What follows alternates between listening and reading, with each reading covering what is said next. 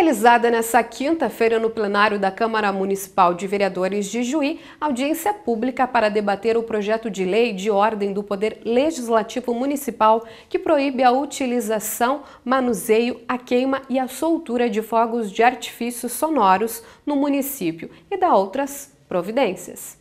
Realizada nesta quinta-feira no plenário da Câmara Municipal de Vereadores de Juí, audiência pública. Na ocasião, foi debatido o projeto de lei de origem do Poder Legislativo Municipal, processo número 202 de 2017, que proíbe o comércio, o manuseio, a utilização, a queima e a soltura de fogos de artifício sonoros no município de Juí e da outras providências. O objetivo é provocar um debate com a sociedade e ouvir a sociedade também sobre a nossa proposição em relação à questão da regulamentação dos fogos de artifício.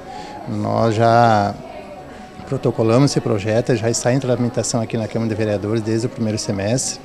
Nós fomos aprofundando melhor também essa temática, dialogando com diferentes setores e entidades aqui do município de Juí e entendemos ser necessário nós fazermos essa audiência hoje, para que a sociedade ela possa opinar, tanto aqueles que são favoráveis, como porventura quem for contrário, para que a partir disso também nós possamos, aqui na Câmara de Vereadores, dar o desfecho final em relação a essa proposição.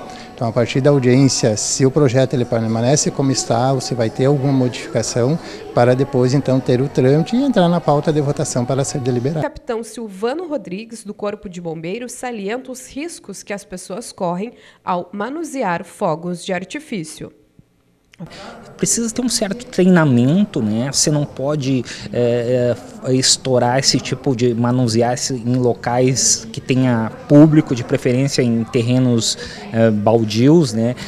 Não pode direcionar em hipótese nenhuma para uma pessoa, para uma copa de uma árvore, perto de hospitais, né? Então tem que ter um cuidado. Isso causa realmente queimaduras, né? A gente vai apresentar alguns slides onde existe pessoas com ferimentos ocasionados por fogos de artifício, né?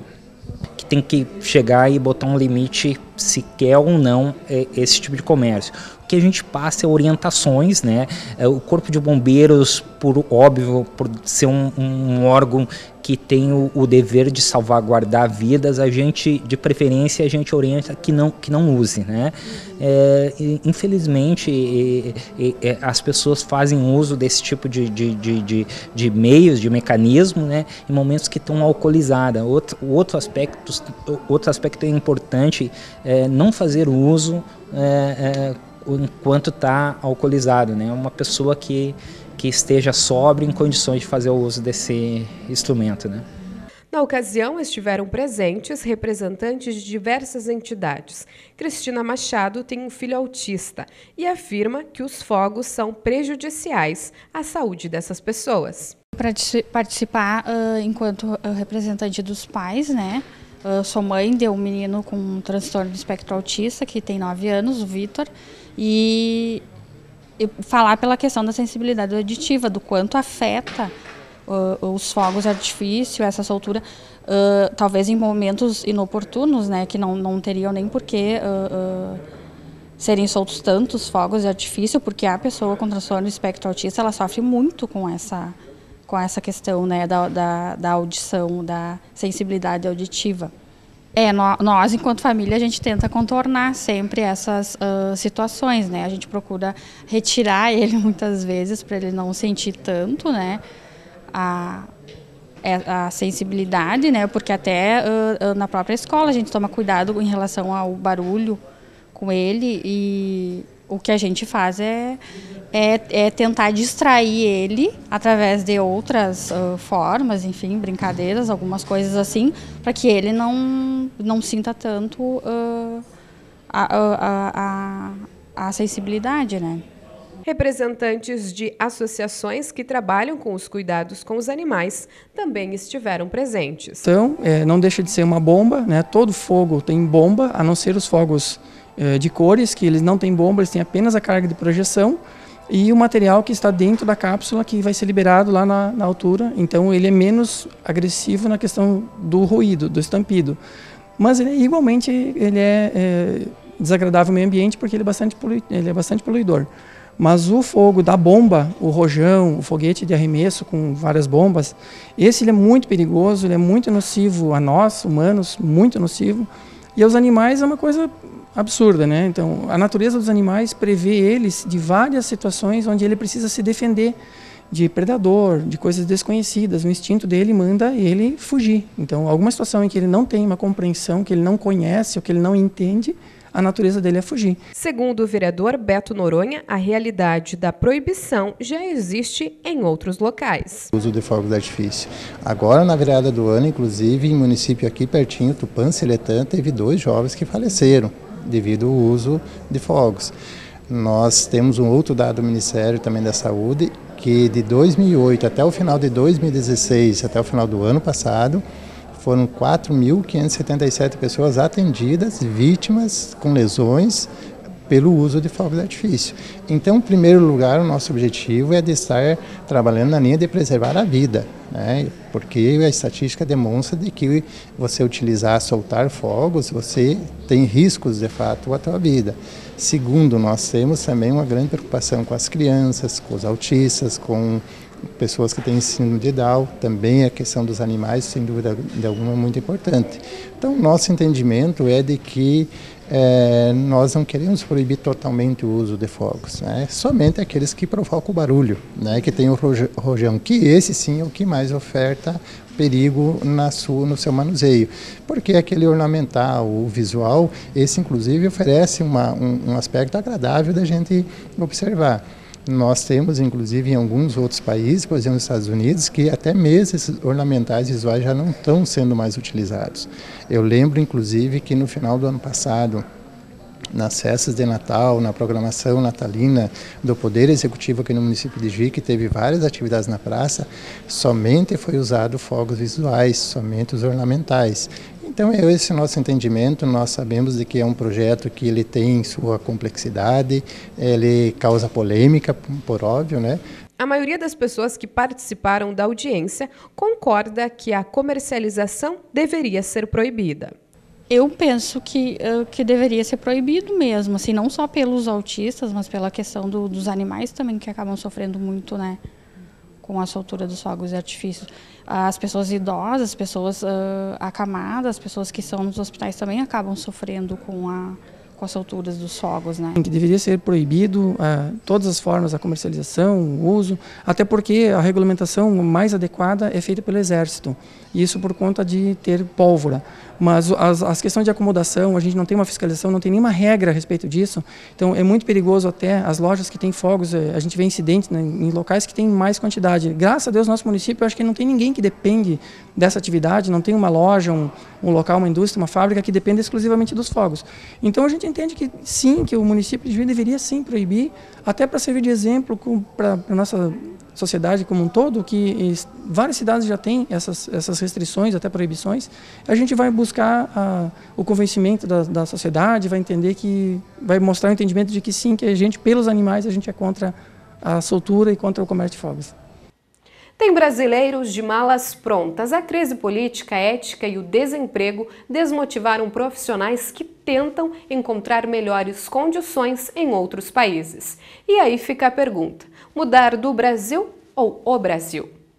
Daniela já empacotou quase tudo. Na próxima quinta-feira, ela embarca para Boston, nos Estados Unidos. Sem trabalho há mais de um ano, a economista decidiu deixar o país também por outros motivos. Cada vez mais casos piores, né, de violência, de saúde pública, as pessoas estão na fila de hospital. Então, o meu motivo principal é esse. Eu acho que eu estou desanimada, estou desacreditada que a gente vai ter algum sinal de melhora muito rápido. Melbourne, na Austrália, foi a cidade escolhida por Thaís para recomeçar a vida. Os motivos são basicamente os mesmos da Daniela. Sentia que eu só sobrevivia, eu não vivia. Outro fator muito importante na minha decisão foi a qualidade de vida, o transporte público que funciona, a segurança. E você, se pudesse escolher, moraria no Brasil ou mudaria daqui? Essa foi a pergunta feita a quase 2.500 brasileiros pelo Instituto Paraná de Pesquisas Brasil. A constatação é que 1/3 dos entrevistados já estaria longe. Se eu fosse sair daqui, iria para a Austrália, Portugal. Sairia e iria para Paris. Desde que a crise econômica começou a apertar no Brasil há cerca de 3 anos, esse êxodo começou a crescer. Só para se ter uma ideia, o Reino Unido emitiu um número recorde de vistos de trabalhos para brasileiros. Nada comparado aos 92 mil pedidos de residência temporária que o Canadá recebeu do Brasil. Para este professor de Direito do Trabalho, a maioria dos expatriados vai trabalhar fora da sua área porque o salário compensa. Mas ele alerta para o prejuízo ao país dessa saída de mão de obra qualificada. Todo profissional qualificado, toda pessoa qualificada que deixa o país representa perdas para o nosso país, tanto pela dificuldade posterior de encontrar mão de obra quando a economia voltar a abrir espaços e mercado de trabalho, quanto pelo investimento que é feito, sobretudo da vaga na universidade, custeada pelos impostos que pagamos. Em evento em São Paulo, essa semana, a presidente do STF, a ministra Carmen Lúcia, disse que é preciso mudar o Brasil e não se mudar daqui, o que alguns concordam. Crises sempre vão e vêm, né? Eu acho que o povo brasileiro tem força para passar por esse momento difícil e que ele vai passar em algum momento. Apesar de todas as crises e tudo mais, prefiro ficar onde eu estou.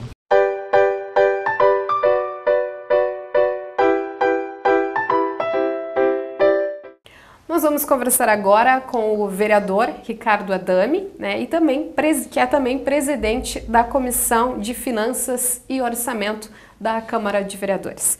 Seja bem-vindo mais uma vez, vereador. A pauta é extensa, né? Esteve em Porto Alegre, né? Na verdade, essa semana. Então, primeiramente, eu gostaria que falasse de uma das prioridades, né, da nossa região, do nosso município, que é a saúde. O senhor esteve, então, com o secretário da Fazenda, onde também esteve o secretário municipal de saúde, né? Ficou confirmado, então, vereador, que o Estado irá repassar valores atrasados para a Ijuí? Bem-vindo à TV Ijuí. Obrigado, Luana. Obrigado, ouvintes da TV Ijuí. Realmente, nós tivemos em Porto Alegre, nós já vimos, uns 15, 20 dias atrás, feito um primeiro contato com o secretário da Fazenda, Giovanni Feltz, articulado pelo deputado Gabriel Souza, que é líder do governo. E a gente sabe das demandas que o município tem na saúde e a gente tem acompanhado no dia a dia essa pauta no município, e a gente conseguiu essa articulação lá, ver algumas situações, por exemplo, que o município tinha via judicial, né? Por causa que hoje o que acontece na Secretaria de Saúde Estadual? É feito um valor e isso é rateado para todos os municípios indistintamente. Então, é aquele valor X que é para os municípios. Então, não tem como tu aportar um recurso a mais no município. Então, qual é o mecanismo que tivemos que usar? Ver as ações que o município tinha e conseguir negociar com a Secretaria da Fazenda para fazer um aporte financeiro para o município de Ijuí, e aí que vem a articulação do secretário Giovanni Feltz com o deputado Gabriel Souza, que fizeram essa intermediação e conseguimos então pegar 40 e poucos mil reais que tinha de 2015 e mais 400 e poucos mil de 2016 que estavam em discussão na Justiça, e conseguimos aportar isso então em negociação com a Secretaria de Saúde do Estado, que deve estar já depositando, se já não está hoje, já o dinheiro no cofre do município, que o secretário Josias, que nos acompanhou, pediu essa intermediação com nós, que precisa, e aportava a ele que deverá ser investido aí em exames, em mais consultas, que é uma grande demanda aqui no município de Ijuí. Vereador, outro assunto também nas suas reuniões em Porto Alegre foi habitação, né? O secretário municipal de habitação também estava, né, com o senhor em viagem. O que ficou definido a esse respeito, senhor, sobre recursos, né, de regularização fundiária, também sobre recursos para melhorias, né, em condomínios do município? É isso, Luna. O problema da habitação em Ijuí é que ele tem muitas coisas para serem feitas, né? Vejamos, nós temos quase 3 mil, ou se não um pouco mais de 3 mil unidades habitacionais que as pessoas moram e não têm a sua escritura pública, né? Não tem a sua escritura real. Com isso, ela consegue fazer financiamento nos bancos, né, podendo melhorar a sua moradia, enfim, dar uma melhor qualidade de vida para ele e para sua família. Então o que a gente está buscando? Parcerias. Como o Giovanni Félix também é deputado federal e está secretário hoje de Estado, a gente pediu a ele uma negociação de um aporte financeiro para que seja enviado ao município, de repente negociação em uma área do município, e o município aportasse um recurso então para a Secretaria de Habitação, para que nós possamos então fazer toda a parte burocrática que precisa fazer os estudos, tem o georreferenciamento de todas as áreas para poder fazer o fracionamento dos lotes e constar isso na matrícula e fazer então todo o mutirão aí envolvendo todos os órgãos que abrangem isso, para que no futuro a gente possa entregar. É uma das nossas metas, é um dos nossos anseios, buscar a regularização dessas áreas para o pessoal poder fazer. E também temos pleiteando, Luana, a vinda aí em busca também de 1.000 unidades habitacionais via governo federal, né? Que o secretário deve estar junto com o prefeito acertando isso durante o período aí, passa por esse processo também, de haver o interesse por parte do município, e nós articular aí talvez 1.000 unidades, aí a gente está pleiteando. Então, é um dos focos que nós estamos focando muito, que é a questão da habitação, com a regularização e também com a ideia de trazer aí 1.000 unidades habitacionais para Ijuí. A gente está buscando, está correndo atrás, não estamos aqui dizendo que vai ser, mas estamos correndo, estamos fazendo todo o mecanismo para ajudar nesses 4 anos aí da próxima administração municipal, também ter a marca do PMDB como uma contribuição para a sociedade de Ijuí como um todo.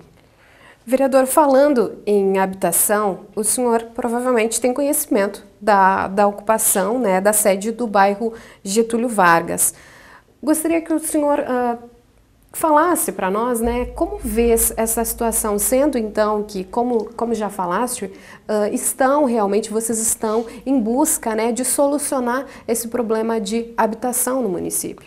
Não, Luna, vejam bem, a gente compreende, a gente sabe da situação, a gente já foi conversado com os moradores, o secretário de Habitação seguidamente é acionado por eles, inclusive nesse momento nós estamos fazendo uma entrevista, está ocorrendo uma reunião na Secretaria de Habitação, com alguns até outros colegas vereadores, eu não posso estar presente justamente para atender a entrevista, justamente para explicar, orientar.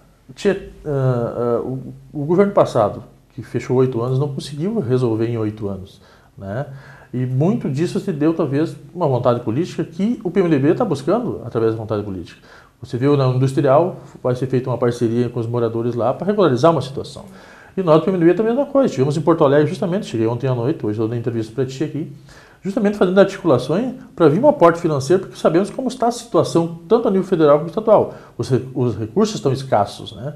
Então a gente busca toda uma articulação, aproveitar essa influência que a gente tem junto às lideranças políticas do meu partido, buscar esses recursos, esse aporte financeiro, fazer um jogo junto com o executivo, né, de talvez trazer, como não tem dinheiro especificamente para isso, traz para uma outra área e o município que faria ações naquela área, destina então o recurso para que a gente possa fazer. Essa vai ser uma das negociações, é isso que o PMDB vai buscar junto ao executivo, nós tramitar para poder ajudar as pessoas.